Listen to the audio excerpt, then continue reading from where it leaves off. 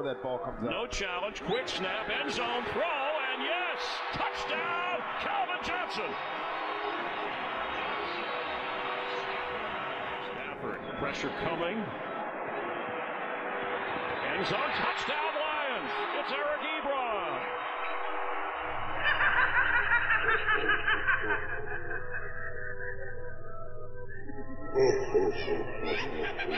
Peterson, that's a fake, that's a throw, that's a touchdown.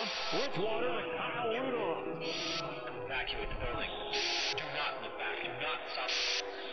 Wide open is Diggs. He leaps for it in the end zone. Touchdown Vikings.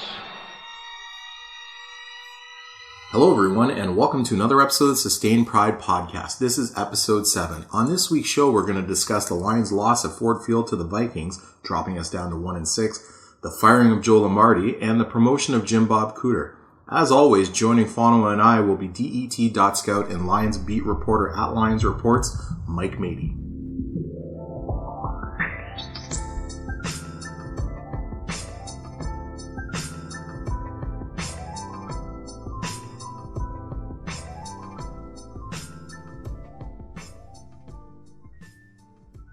All right, boys, where do we go from here? What do we talk about? I don't know. This week? We're not last, I don't think, right? Aren't we last, though? Well, in the NFL rankings, which is what I really go off of. But, because they're so meaningful. unfortunately, another loss. Great start. 31st in the league, where in a month where the 31st is pretty significant. Yeah. If only it was all just a Halloween costume, we can peel it off and actually have the first quarter was a Halloween costume, and we did peel it off. You are right, actually. It's one of those scenarios where it's like, oh man, good Halloween costume. I'm not wearing a costume. This is my team. It's awful.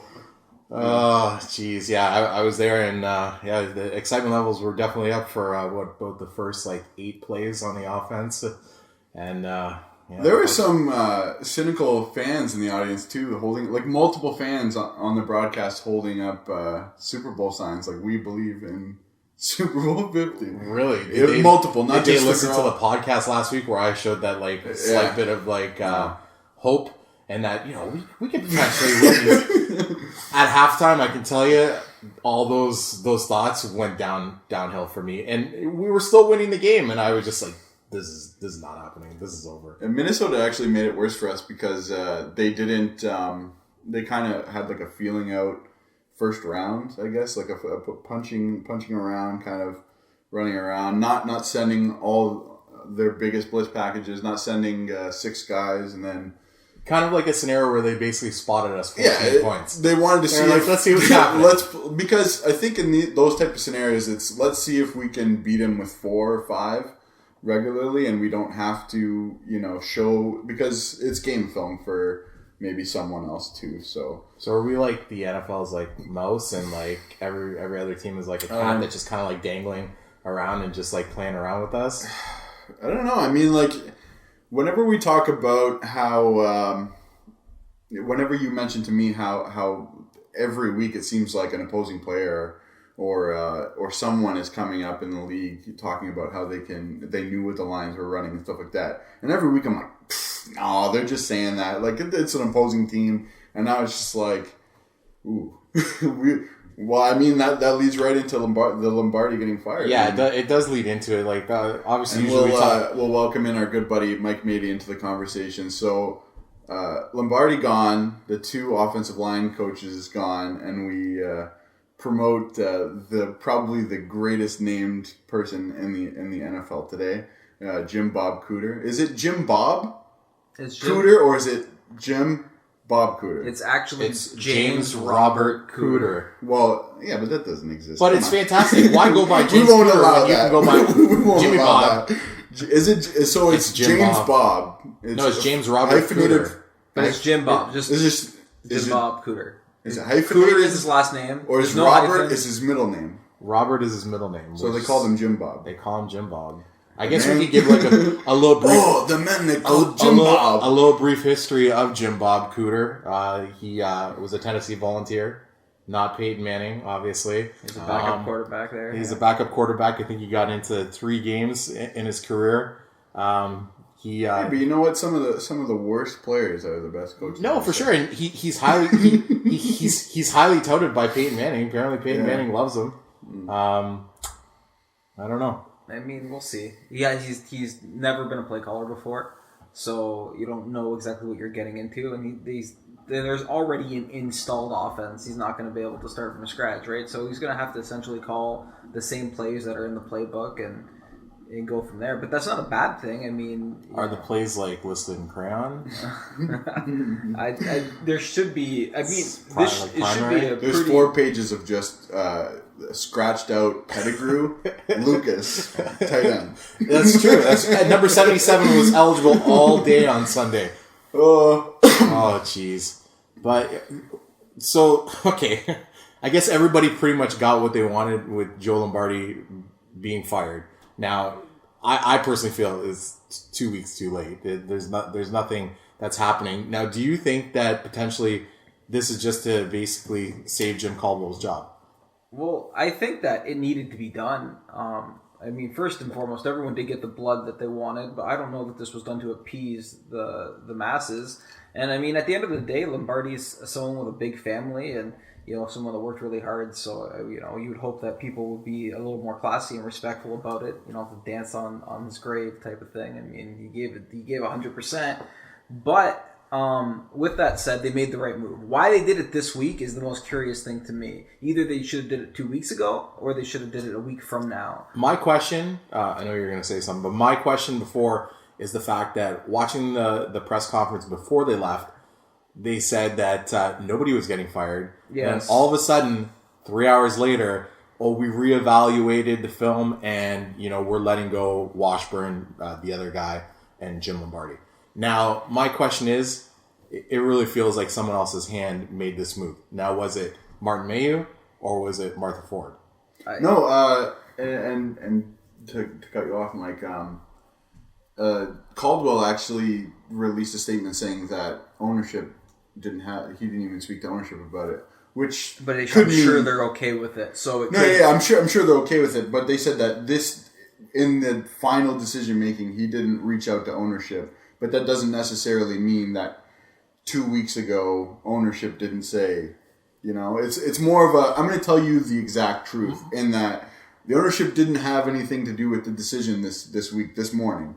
My question is the fact that 3 hours before, what film did you evaluate over those 3 hours? Did you just find some lost film? I think you just said we evaluated. Okay, so the extra 3 hours made him decide. No, it makes no sense. It makes zero sense. Like, you know that Joe Lombardi's bags were probably packed. He was ready to go on the strip, and they're no, you're fired. It just seems very suspect. I don't know what it was. There's a couple of things. It could have been scenario A, where he knew that it was a distinct possibility, but needed to get final sign off from ownership via Martin Mayhew, meaning he didn't direct it to the exact truth, like you said. It could have been that he doesn't want to spill the beans, you know, at his press conference right then and there, which he cut short. He cut the press conference short. It was about 10 minutes shorter than usual. Maybe he knew that maybe that's why, you know. It could be that Mayhew forced his hand. It could be that Martha forced Mayhew's hand, which trickle-down effect forced... If so, good on you, Martha. But, I mean, it's all speculative. The thing is that everyone's going to publicly back Caldwell for having full control of his staff. But you don't know what really happened. And now, going back to the timing of the firing, we've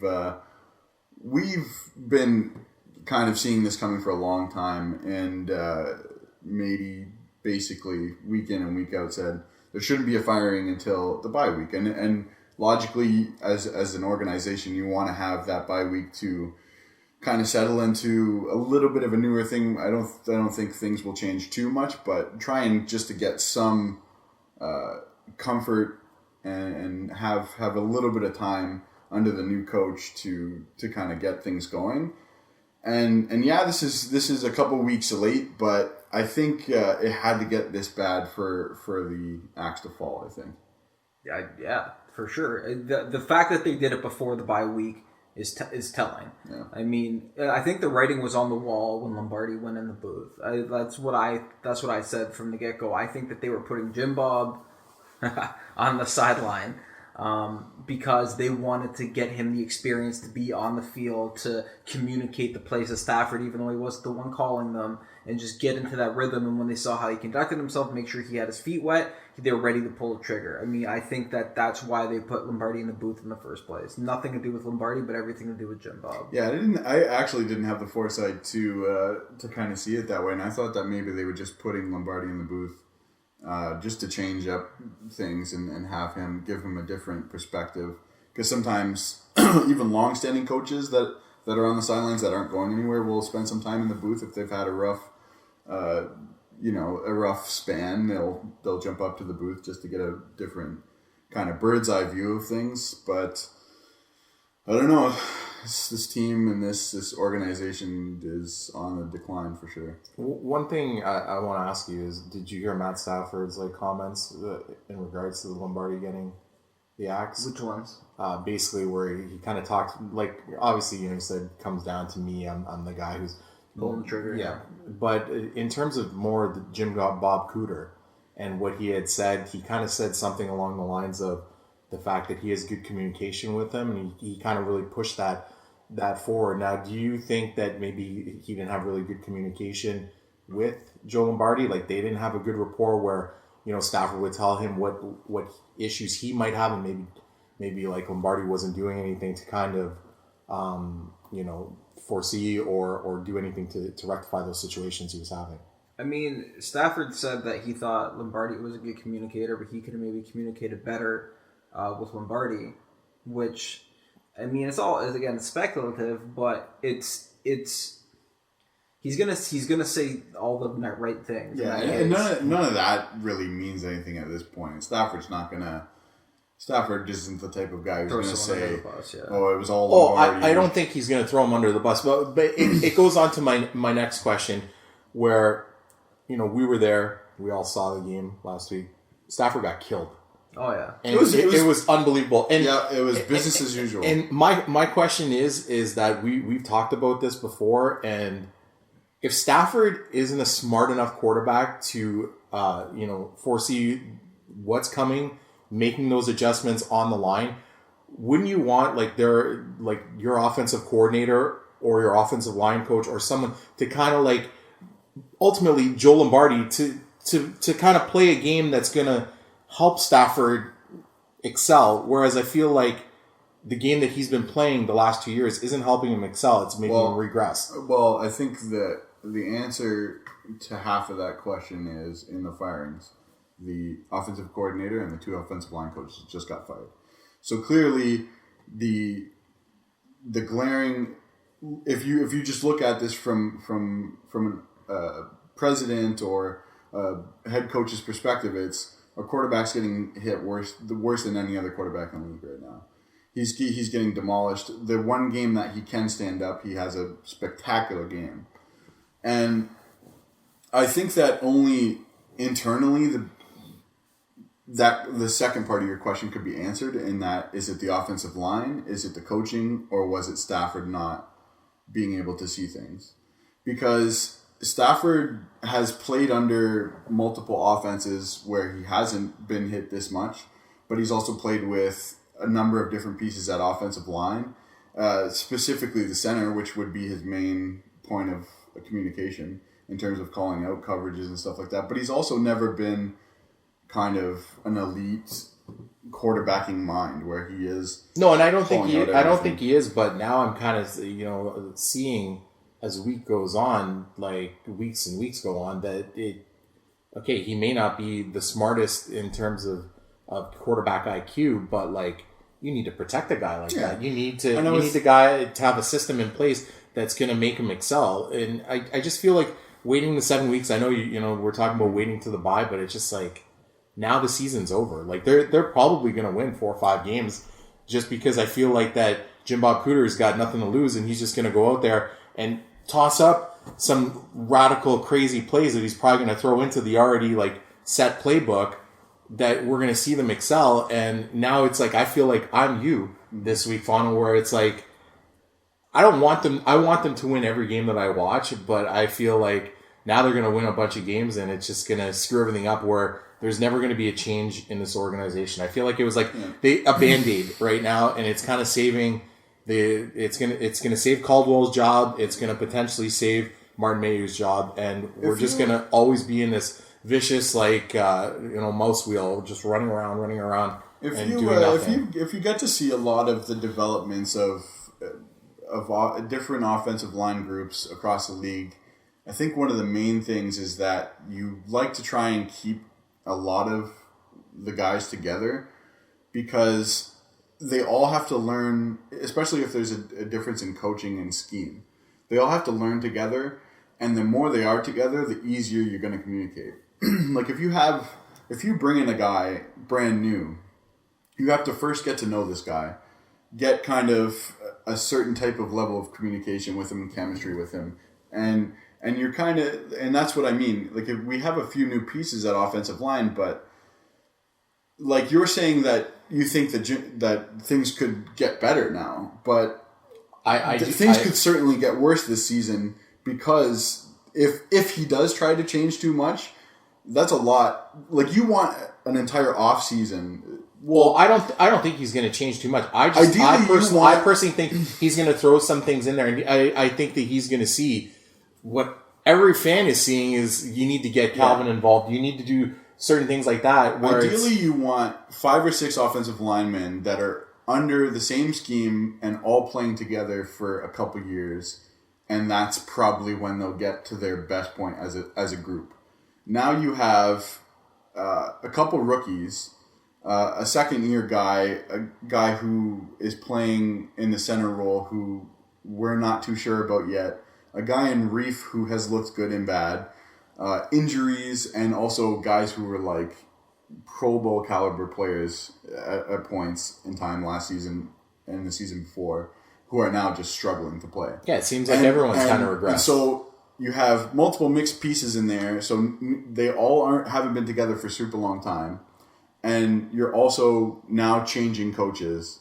It's just, I think it's just going to be a mess for a bit of a while until, because Bob Cooter, the word interim has to be like right there attached with him. We don't know if he's going to be here for very long, you know. So I mean, even going into next season, the most we'll have under a new scheme and another playbook is an off season. So it's tough, man. There's reason to have some optimism for the long term. I mean, obviously this year is gone. There's no coming back. They would have to run the table to even, and they still wouldn't even guarantee a playoff spot if they ran the table. No. So, and they're not going to run the table. So this year is gone, but I think that they're close enough, and if Jim Bob Cooter can show the progression on offense, and really there's only a few small things I think that need to happen for the offense to take a step forward. I think that you could see it in some of the flashes. I mean, the first quarter against Minnesota was a lot about what Detroit did. I mean, there was some plays that maybe were a little bit fortunate for them, but at the same time, I think that a lot of it was the fact they were scripted plays. And what I mean by that is that Stafford kind of had an idea of where to go with the ball. Like you saw the touchdown to Ebron, where he was rolling out to the right and staring at the right, moves the safety over, and then knows exactly where Ebron is and throws the ball to him for the touchdown. And that only happens because Stafford's able to manipulate the coverage. But you don't see that level of comfort later in the game, and I think that that's because of the familiarity with that play. I think it's because Minnesota ended up bringing the house. They blitzed. Blitzed in other. They got a lot of single high earlier in the game too, but I think that but it seemed that they definitely pressured Stafford. They were more successful pressuring Stafford. They sent an extra body. I think a lot more after the first quarter. There was definitely 6 at least coming on any play that was second and long or third and long. Well, whereas in the first quarter, they got into more second and longs and third and longs later in the game. Definitely that too, yeah. But I mean, that's the thing is. That's if you give Stafford his first read and you give him a quick throw, he's capable of making it. And don't put him under center so much. Don't make him turn his back to the defense. We've talked about this before, and I think that the offense can progress forward. Now they're going to have to figure out their protection the schemes, and no one's going to throw anyone under the bus. But I don't know. Hey, that could be Stafford. And Dominic Raiola is not there this year, and I think that that's part of it. Maybe defenses are figuring out they can confuse this line, because I've talked to players. I mean, both Waddle and Swanson were telling me, like, Dom's a whiz, the way he could call out coverages, they would say, and protections, and maybe he was there to kind of cover up for some of the mistakes that were happening last year. Where's Dom right now? He's doing nothing. He wanted to come back. Yeah, and that's the weird thing. It's like, I know we've all, like, because Probably you have to think cap and just getting an old guy you don't think maybe can play anymore. Sometimes it's hit or miss. Salary cap. I think it was a salary cap play, to be honest. Sometimes it's hit or miss with those decisions, but I'm thinking, like, if you have multiple players who say he's a whiz, and maybe the coaching staff and the organization doesn't know that for sure. Oh, they must have known that. But if he's sitting on his couch and watching I don't know TV if he's ready right now, to come back and play, though. No, I'm saying maybe it would have been his decision too. Maybe he didn't want to go somewhere else just for 1 year. I'm not saying bring him back. Just wanted to come back. I'm not saying bring him back to play, but you just fired 2 offensive line coaches. Well, there's clearly I understand where you're going with it, but his value was, as an interim. in real time. I think this would be the best time if you're going to take a chance to bring in a guy who played for the Lions for his career. When we look at, like, successful organizations, all of their longtime players come back. Like I saw the other night, the running backs coach for the Eagles is Deuce Staley. Yeah, and, like, I noticed that too. If right now is, like, the perfect time for this type of scenario to bring in.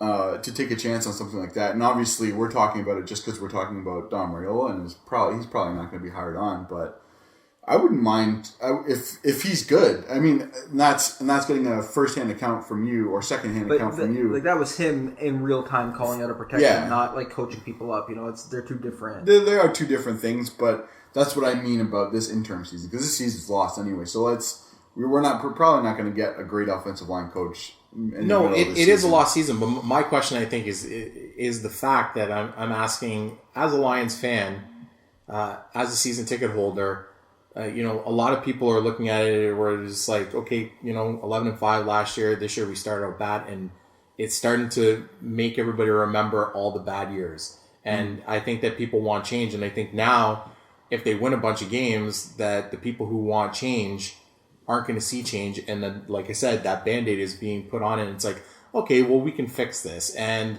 what if we go into next draft and we draft more bad players? We don't draft the right people. What if I personally feel, as a fan, that I'm not happy with the job that Jim Caldwell is doing. I'm not saying he's a bad coach. I don't think he's the head coach for this team. I don't think that Martin Mayo is the general manager for this team. I think that something needs to change, and this is me as a frustrated fan. I think there's a lot of things and one of the biggest ones is with Caldwell, and I think there's, like, certain things you kind of need to be a little bit smarter about. Like, yeah, Dan Orlovsky knows your offense, and it's probably easier for you to just bring him in, but I mean, come on. I think there's too much. Don't bring in a guy who isn't a good quarterback, but on top of that, the franchise you're bringing him to, it's just loaded with bad memories when you see that guy's name. Like, there are YouTube clips devoted to just one of the dumbest plays in the history of quarterbacking. And there's also 0-16, one of the worst things you could possibly accomplish. And I understand familiarity and loyalty, and I feel that this organization is just too loyal to the wrong people. And I don't know, like, okay, let's use the analogy. We'll go to our other sport and our favorite team that sucked for a long time, the Toronto Maple Leafs. And I think that they've done the right thing with cleaning house primarily and bringing in Babcock where they're changing the culture. And I feel like when they brought in Jim Schwartz, they tried to change the culture. They tried to change the culture. But they didn't do it correctly because there were still bits and pieces. And now hiring Jim Caldwell, like you're saying with Dan Orlovsky, you're bringing back that bits and pieces, like, of having Dan Orlovsky. Not that it's a big deal, but it's like to think about, 3 weeks ago when they're playing Arizona, that the crowd cheered for 0-16 Dan Orlovsky because they were so frustrated with Matt Stafford and his 3 picks and everything. It's just, I don't know. I'm looking at it as a fan's perspective, and I think that when people who are listening are fans, and they're probably just as frustrated as we are. When we were getting when we were looking for a head coach, I was really kind of pushing my choice was Lovie Smith, and the reason why was because that A, he's defensively minded, but B, he's built teams that went to the Super Bowls to the Super Bowl. Did they go to 2? He might have went to 2. One. They went to 1. He didn't build those teams. He was part of them. He was part of them, but I mean, and the reason why I say that he was kind of part of the building process is, well, he was definitely part of the building process. He's part of the process. He wasn't the GM. He wasn't the GM, but the GM's gonna consult the head coach too. I don't want to say that it was only Lovie Smith, but Caldwell kind of was gloriously handed the reins when he went to the Super Bowl with the Colts, and I actually still really like Caldwell, and I'm not saying that I want to see him, but you guys continuously keep saying, it's that what's the head coach's probably number one job is to bring in the right coordinators. And I think that on the defensive side of the ball, oddly enough, He did. I think. Yeah, he did. Yeah, And another thing is, we talked about keeping smart guys that we like. I mean, it might not have been the right choice, but the old defensive coordinator is Gunther Cunningham. We all liked him and thought that I want him to still be a part of the organization because he has a pretty big resume too, and he did keep him on. What's he doing now? Is he there? What's he like a consultant? I've seen him in the press box a couple times. Yeah, but that type of stuff, we just need to have a lot of our ex-players don't want anything to do with the organization or don't get the jobs inside of the organization. They're all somewhere else. You know what I mean? No, and I know, and that's why I understand losing, but we're just the way we keep losing, and like I said, when I say I understand losing, I don't mind watching a Toronto Maple Leafs hockey game right now because I know that they're building towards something better, and you can see the blueprint of something better. And it's a harder working team. It's tough. Whereas you watch a Lions game, and I feel like a lot of players are probably leaving their prime. They don't work hard. And this is a person that bothers me a lot right now is Eric Ebron. I feel like I understand the NFL is a game where it's razzle dazzle and people they're always smack talking. He's not as good as he thinks he is, and it bothers me. No. Yes, you know what I mean. He had a great game. I picked him up on fantasy, didn't play him. But again, it's just the fact that then I read stuff where it's he wants to be paid as the highest paid wide receiver, and these little articles, little things that he says about the fact that if I was out there, we would have won. Well, you were out there, Eric, this week. We lost. We could probably equate his mouthpiece and put it on a scale, and it still wouldn't beat the mouthpiece of a guy like Terrell Owens. But Terrell Owens proved it. He proved it. But there probably wasn't. He probably, even in times where T.O. wasn't that great. Even someone like Chad Ochocinco right now probably still thinks he can play in the league, and probably still Terrell Owens still thinks he can play in the league. Exactly. He's still working out and thinking that someone's going to eventually give him a phone call. I don't necessarily I don't think you should really look at the mouthpiece, like Slay. Slay's got a mouthpiece, and he's played well and he's played bad. I don't. But you're talking about Terrell Owens as a mouthpiece. Terrell Owens proved it every team that he went to. Yeah. He was fantastic. He played in the Super Bowl injured and was the best player out there. What I'm saying they didn't win. But then you're looking they happen to be good players. But you're talking about mouthpieces. Exactly, but you're talking about Slay and you're talking about Ebron, who we basically both said, even when I texted you during that game and I said, Slay sucks. He missed that coverage. Yeah. And I understand. I don't think he sucks. You're right. And what did you say? You said he's not great, he's good. Okay, he talks like he's great, and he's not great yet. And the thing is Terrell Owens didn't talk like that at the beginning of his career. Yeah. He talked like he was great once he became great, and then he just became... his head got huge. We're probably a little bit spoiled with guys like Stafford and guys like Calvin, and even going back to guys like Barry, who are seemingly... Speaking about Calvin and Barry, you could argue that they're the best at their positions. They are. For someone in Ebron, just his personality aside, I don't really look at personalities and say, like, it does annoy me personally, but It annoys me more only for the fact he's not performing. He's That's but He's playing well. one game.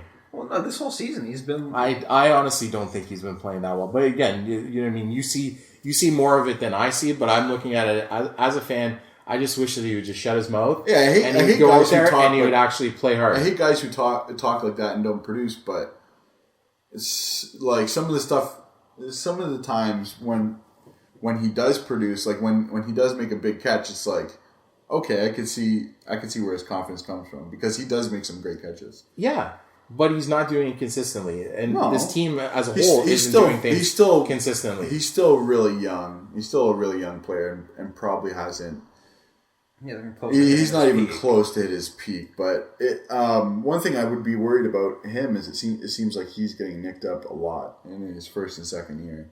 That kind of concerns me a little bit. But as long as he is producing or starts to produce on a more consistent basis, I would be okay with that. I'm not too worried about that. You know, you look at Terrell Owens specifically and Chad Ochocinco. All the fans, you know, when they stop producing a little bit or starting to kind of downslope, even though they were still producing pretty well, the mouthpiece kind of makes the fan base hate you. Like the Eagles kind of hated him, and then he went to Dallas, and he was still really good. And then they all said, "Oh man, we really miss." Now, like if you probably listen to or talk to any Eagles fans, they're like, "Oh, T.O., he's so good, like one of the best receivers we ever saw." Oh yeah, no, his mouth and his attitude definitely was a detriment to himself. So like if Eric Ebron has a touch like last week, if he has a touchdown every game, he's the best tight end in the league. Yeah. So if he does what he did last week, and like, I think that we think that he didn't have a good game last week, but he had a really good game last week. No, he did have a Yeah. good game last week. What I'm saying is that he's not consistent, and I don't like a guy like that's opening his mouth all the time. And No, I just feel like yeah. I'm using him as a scapegoat for the team as We're a on whole. the same page. where You shouldn't be talking when you're when you're last not place in the league producing. you're And I'm not talking producing. same as him, same as Darius Slay. It's just But I think that if they're not going to mature and be like and start being different. So I just think they're that's not how gonna- okay, he's but going again- to always talk like that. Whether he's the worst player in the league, if he gets cut right now, a guy like Caldwell though is supposed to be nurturing these guys and is supposed to calm these guys down and get them to be professional. That's where I'm saying is I feel like as a whole, we're being failed. all those guys, as Lions fans. all those guys like a Randy Moss and Chad Ochocinco all kind of changed their tune under certain coaches. You know what I mean? Yeah. So I would have You to even agree- look I at a would guy have to like Randy actually Moss agree now. with you. Randy Moss is doing like NFL work and stuff, Yeah. and it's crazy to see him this way because he's so soft spoken Yeah. and he's very articulate, and it's just not the type of guy. I would have to saw agree when he with was you playing. from the Caldwell point of view. Like that guy really shouldn't be talking and doing that type of stuff. But I know that Ochocinco kind of had those issues too. So I mean, I don't know. I just think I don't know really what the answer is to that whole query about guys being a bit goofy and not producing, but still thinking that they're amazing or talking in certain senses. Like I know that fans as a whole and media kind of like shine the light on that because they love to hate it. But Oh, no doubt, it's always going to have a light shine upon it. I do think the point you made actually, and I didn't even think about that about Caldwell. I think that you're probably right about that. That's where I feel like ultimately it's coming down from like Caldwell and from an organization standpoint. It's just these players go out there and I don't feel they're giving their full effort. That's really what it is. Because they're too busy talking and they're not giving a full effort. If it's something that like I just said, if the media and if the media is going to shine a light on it and the fan base hates it, you're only causing more problems with your team. Because if he does drop the ball or if he makes a wrong play, then it's Boo Birds in a lot higher volume than it would have been because he said something the week before. Like when Tate was talking about the fans, it's the fans are pissed. And the fans, if they didn't come out and produce, it would have been much worse. Than Problem is though, you might not have fans. Like that's the thing. No. Listen, the Detroit fans are way too crazy. No, but you know what? What I'm saying the smart though things is, for the fans to do. The fans shouldn't show up to any games. Exactly, and what I'm saying is that arena should be empty, but it will never happen in any NFL game. Being there last week, we were both there. We were both in attendance. come the fourth quarter, after we had that stalled drive, everybody started to leave. Yeah. I stayed till almost the end, but you start seeing this trend. People are starting to leave, and it is the best way. As a fan base, is to collectively get together and unify, and that's how we got Millen fired. No, Millen wouldn't have been fired, and that's ultimately if the fans didn't like. If the tipping point, well, eventually, He didn't get fired that season. No, he didn't. He didn't. But that's there was that kind of made it such a worse scenario where they had to actually remove fans from games and stuff like that. But I honestly think that there shouldn't be a single fan and that's for the rest of the season. That's what I feel like is that this season is starting to emulate past seasons like that that were basically a boiling point. Even though we had such a good season last year and we got robbed in the playoffs, it would be incredible to see like multiple games where the stadium was just completely empty. That would be like... I don't think it'll ever get to that point. No NFL game will ever be like that. Fans are going to go there no matter what. It would never happen, but it would be absolutely tremendous. But it definitely wasn't as busy. There was a lot of Vikings fans there, and when we got down, your defense noise meter was very, very low. And like I said, at the beginning of the fourth quarter, people started to leave. We still had a chance to come back and win that game. Clearly, we didn't. And the defense, people left. Oh man, I just think that we actually have a hit in Austin. I think and I don't know if you want to comment on him, but I thought that we didn't have the correct personnel to stop AP, and he did have I think one or two breakout runs, but the run blitzes just hit, and I thought it was a really great called game by him. I thought Nada had a really good game too, actually. Yeah, he did.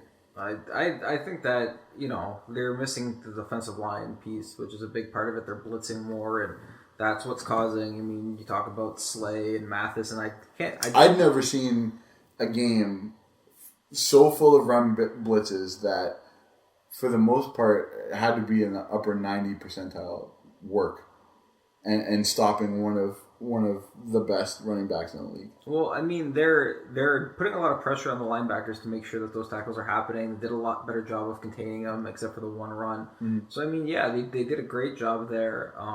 But they were. This was a team that was like a historically strong team against the run last year too. So because run blitzing is actually really tough to do. You see a lot of teams get burned for and we did too for big runs, but a lot of teams that don't have the personnel among the defensive line to just stop the run on their own have to revert to run blitzing all the time, and you can just get burned. But they get burned. They get burned a couple times, but I thought, there was the touchdown pass, yeah. to Diggs. There was some deep one-on-one coverages that you would never have seen last year. But I thought overall, from a defensive coordinator, he did the best that he could have possibly done. It's not his fault.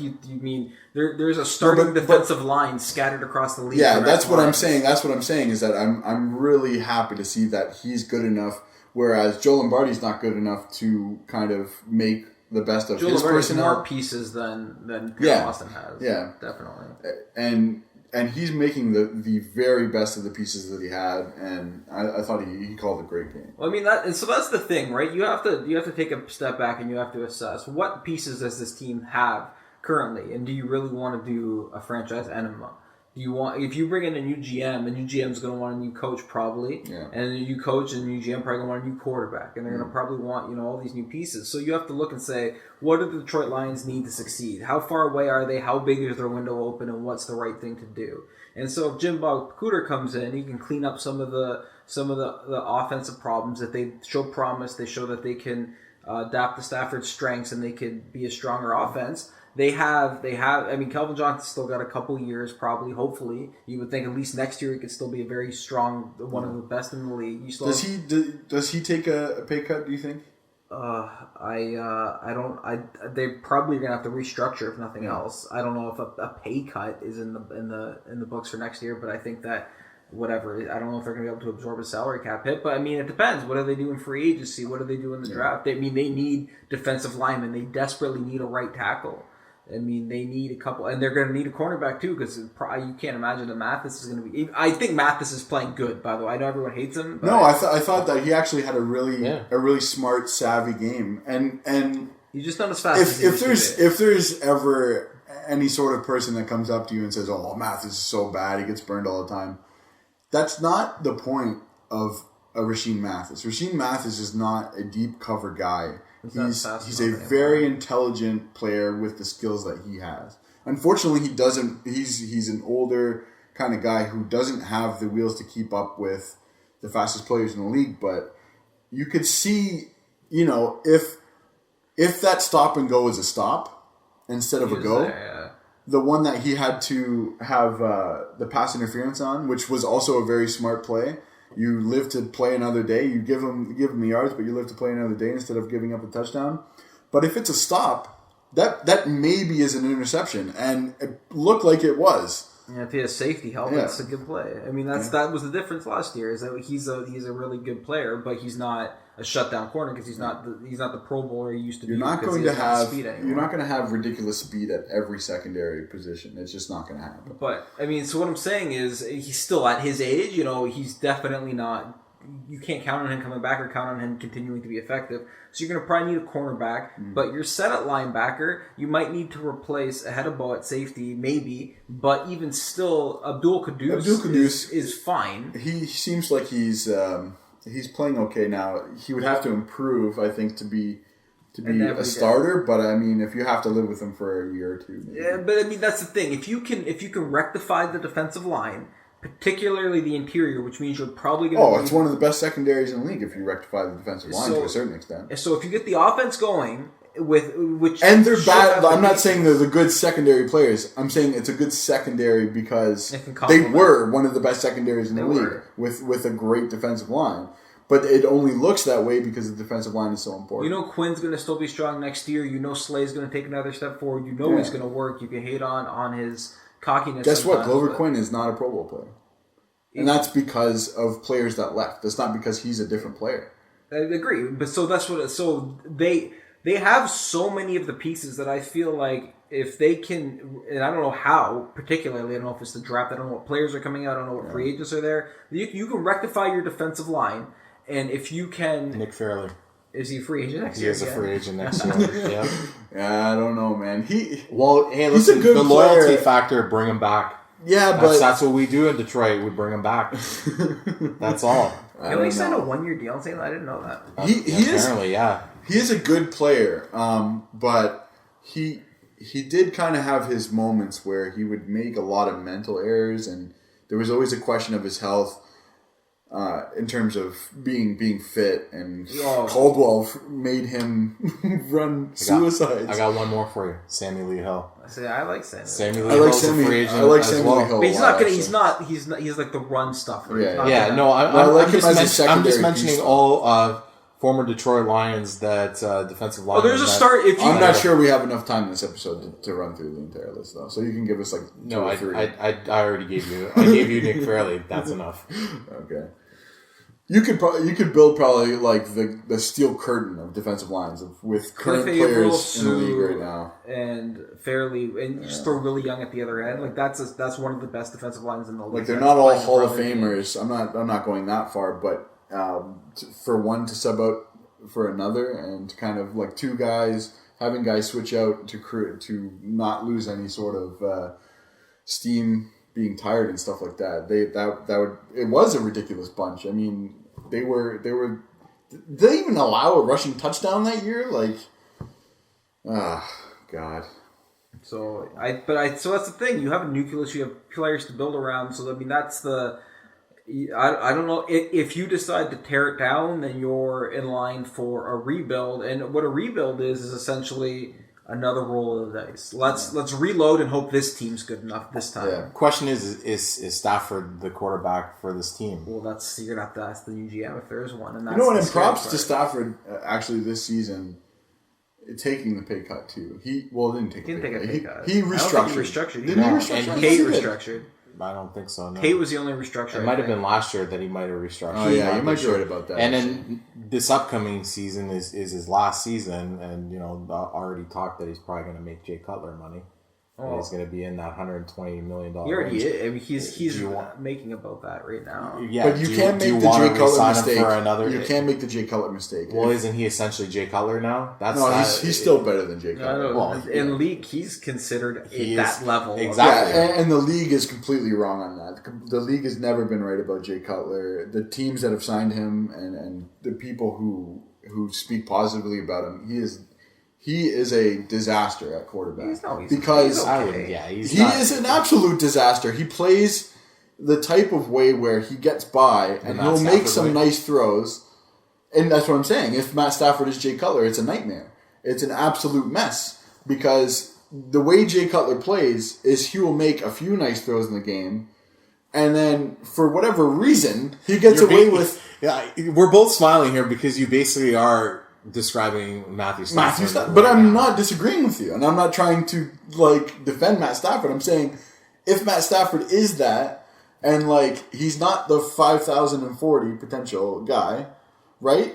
If he's not that guy, if that guy, sadly, he's a lot further away from that. Than 100%. He's definitely in Jay Cutler territory and has been for a little bit. So does this franchise put their money behind this guy? But I'm talking about the nightmare of the Bears not recognizing that Jay Cutler wasn't going to be any better, and they re-signed him. Now, and that's what I'm saying. Are the Lions going to realize that of Matt Stafford? This is the point. That point in time. And does this organization make that mistake? But where do you go if you're the Bears or the Lions? If you you resign, but if this guy wants any sort of money near any quarterback in the top 10, he's going to though. He's gone. You cut your losses. And the thing is though, if we don't give it to him, someone else is going to give it to him. You have to give it to him. He 100%. That's market value. It is market value. He's not even being greedy. That's just what it costs. No. I'm not saying he's being greedy, but as an organization, that's where you fail, and that's where the Bears have failed. So if Stafford wants to be paid, I would say he'll probably get a contract that puts him around 8th or 7th in the league of paid in the quarterbacks because you always pay a little bit more, and then the contracts catch up. So. Where do you go then? Who's your quarterback? Oh, I'm just being the devil's advocate. But you're the GM, so I mean, you're I'm being the devil's advocate GM and saying, if he's that type of guy who isn't going to get better, you're better off, I think, just not paying a lot for quarterback, getting someone who really isn't that great. But then even just Ryan Mallett and Bob and Hoyer and Brian Hoyer, that type of situation. Yeah, because that's what they did in Houston. We'll just we'll get rid of Fitzpatrick. Do I need to bring out the list of awful quarterbacks who've played for Super Bowl teams? Do we really have to look at the Super Bowl list? There's not that many. There's not that many, but they exist. And Jay Cutler, $20.5 million per year. But I'm saying he's the 4th highest paid quarterback. But I'm saying there are a lot of guys in the league like that too, that get that type of money. And those teams are bad for way longer than the teams that have the bad quarterback for 1 year and are trying to search. That's his salary, it looks like. Because he's approaching the end of his deal, which would have been backloaded. All of them are. Let's see. So his contract the teams that try and sign $126 million.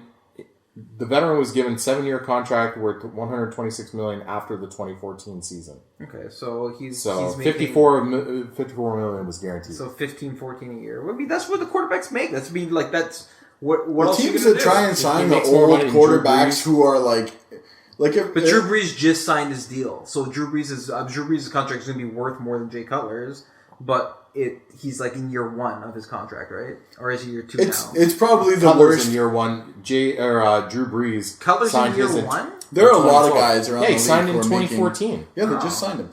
There are a lot of guys around the league that make. There are a lot of guys at that position anyway. So you're looking at that's probably going to be the standard right there. So Matt Stafford's going to be I want that for sure. 126, 130 million. We have no contingency plan in place. We have Dan Orlovsky. Yeah. So basically, it's either you cut ties with them and suck again and have no quarterback, which basically is what you're saying. Pick up the pieces. Sam Bradford's a free agent next year. You're going to bring him in to be our backup. The Eagles will probably re-sign him too.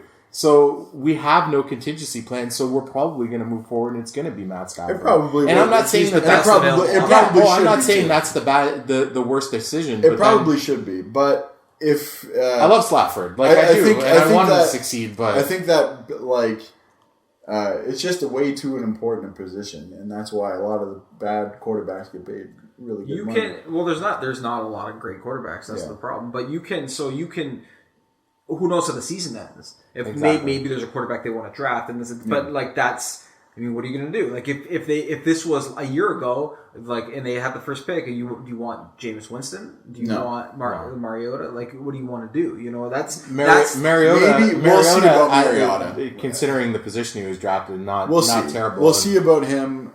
He looks like probably the best out of that class so far, but that's the situation you're in. Yeah. If you either go forward with Matthew Stafford or. You know, maybe like if there's an Andrew Luck draft year, you get the first overall pick, then great, it's a slam dunk option. Slam dunk, yeah. But like I don't think that's on the horizon for the Lions. So now you are faced with the reality of what do we do? Perfect scenario is that you have the clairvoyancy to pick out the Jay Cutlers if that's the way it's going to be, and you don't re-sign, and this season there is a Andrew Luck type quarterback, or you maybe draft a Blake Brady. It doesn't look like there is though, like Andrew Luck type quarterback. Connor Cook. Connor Cook is the one that probably would. But I watched Connor Cook, and the one thing I would say about him is he doesn't have the laser, and that's probably checkbox number one for NFL quarterbacks. So. If you don't have arm strength, you can't be a top 5 NFL draft. He doesn't look like Kellen Moore weak, but no. He's having a tremendous season too, and not throwing a lot of picks. So he'll probably be one of the first quarterbacks drafted just on that alone. A lot of people just look at touchdown to interception ratio. So I think that he'll probably earn a high draft pick. I would like to see him. I don't know. I'd like to see him play in the NFL for sure. It'll be interesting to see a somewhat local kid play. Well, locally college anyway. Yeah. He might actually be Michigan grown too, but. Anyway, we can probably take a look at the KC game for a second. It's in London. Hey, London! Kansas City got a win this week too, so they're pretty pumped. They can't wait to come and try and pump us in London. No, they probably won't. They probably won't pump us. No, I said try. I didn't say they were going to. I just think that their offense is, especially without Jamal Charles, it's a tough piece to lose. But their offense was having struggles anyway. So, but their defense maybe scores like 5 or 6 on us. So. Well, it's a tough match for the New Look offense in Detroit from especially up front, right? So they're gonna have to do this. And look, so you have to as Jim Bob, I feel bad for him. The first week you have to deal with travel, and it's going to be somewhat shortened because you're playing an early game. And he's a young guy; he can handle it. He is pretty good. Was he 31? He's 31 years old. Yeah. His name's Jim Bob. Cooter's his real last name. Cooter is his real name. Man, we're not even touching the base on. We're kind of steering away from the other two things about his past. I was saying last night when I first heard his name, I thought of like it's like a character's name in South Park, like one of Candy's family members. The thing is, though, like apparently he's highly touted. Like the Bears wanted to try and sign him as offensive coordinator, and the or at Lions least interview him. Yeah, and because apparently John Fox loved him when he had him in Denver too. So maybe it'll be your saving grace. Who knows? That's the thing. What is he? He has nothing to lose. Man, I don't know. He's a young guy. He has nothing to lose. This might be his only. It's something like we talked about again before. This might be his only chance. Yeah. As an offensive coordinator in the league. Exactly. So you look at Joe Lombardi. He may never get another chance now. So Casey, I can't possibly predict a win.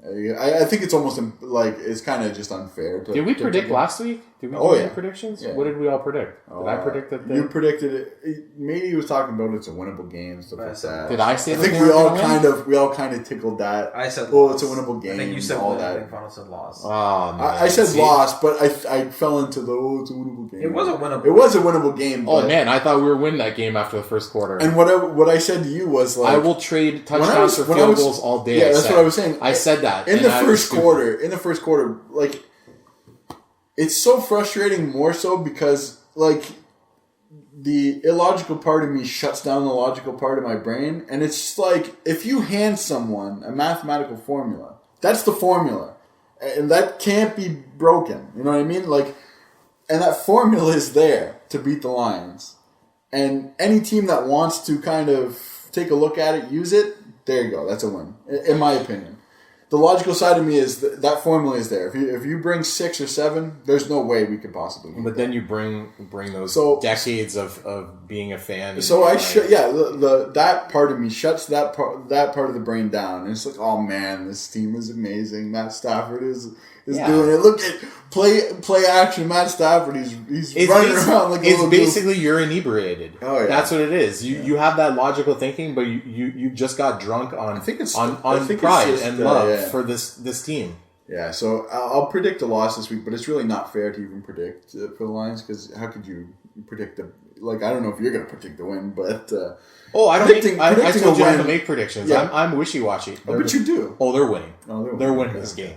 I think they could win. Seriously though, what is happening right now? They could win. You know what? I honestly, I feel like they are going to win just because Mike Mady always pulls out stuff. And I don't know if you have it on hand, but he always pulls out I think back in if I can remember, the last 4 teams that fired their offensive coordinator the next week they won. He always pulls out that stuff. Miami did it. I mean, I think that the thing is. Do you have anything like that for us? I don't have a stat or anything. Oh, what a letdown. He always does. The Columbus Blue Jackets won their second game after firing. Oh my goodness! You know what happens? They rally behind. We really talk. I can't even believe you brought hockey up in the first place, and now we're talking about the Columbus Blue Jackets. But so what I mean to say is that I mean it might be naive, but I can't imagine Toronto's only win. You can't the defects on offense. You can't imagine this going to continue to happen. No. They fired a coach. You should have the players' attention. But you have and you should no make time. Adjustments. You're in London. Well, and simple hold on. adjustments. And one other thing, I think we're forgetting the fact it's Kansas City. Kansas City's not that bad. No. The thing that scares me is they're bad. Dude, Denver struggled to beat them. Okay, they're bad. They're bad. Denver, exactly. Denver is the worst. Are they still 6-0? They didn't struggle against us defensively team ever. Well, they're so good defensively. They are so good defensively, but their offense is so their last year's bad in comparison. No, I know you're right. They are last year's Lions. They are last year's. When you have a defense that good, stacked at every position, it doesn't matter. He's a free agent next season. I saw that in the list. He's too everything at him. No, he's too old. He's not that old. Was he 30? 30's old for a defensive end. He's got a few years. Unless you're Julius Peppers. They don't need another end. Well, they could use one, but and he plays on Ance's side anyway. You would need. They'd both be the open end. Oh no! You know what? No, he doesn't. I thought Well, it's not. Ance doesn't play a side. He plays no tight end, and Von Miller would not be the defensive end you want against the tight end. No, Ance sticks on the right. He doesn't move to the left. He moves. No, he sticks on the right. He goes to where the tight end isn't. I mean, sometimes he'll play against tight end, but they usually put him on the open end. He doesn't have any sacks coming from the left, so that's how you can tell where he's most comfortable. But anyway, I think that... but that's the truth. Usually that's the best way to see where an end is most comfortable. So back to hockey. His sacks. But I think the Lions can pull out a win because I think that they'll make the necessary offensive adjustments. But I could be so wrong. I'm gonna make so there will be leeway this week. So if you are right this week or I'm right this week, there should be leeway. We're forced to get up early to watch this game. No, I'm saying in the standings of our predictions. So I've only gotten one wrong. I don't know what I've gotten right or wrong, to be honest with you. Yeah, I don't even know. Maybe you could get in on you those got stats. You got one. You got 2 wrong because of both Minnesota games. Minnesota got you twice. You know what? Minnesota only got me once. I can only tell you one thing. Fool me once. Everything is wrong about the season. As the great former president George Bush once said, "Fool me once, fool me twice." Wow, can't be fooled again. You kind of do sound like George Bush. Oh, yeah.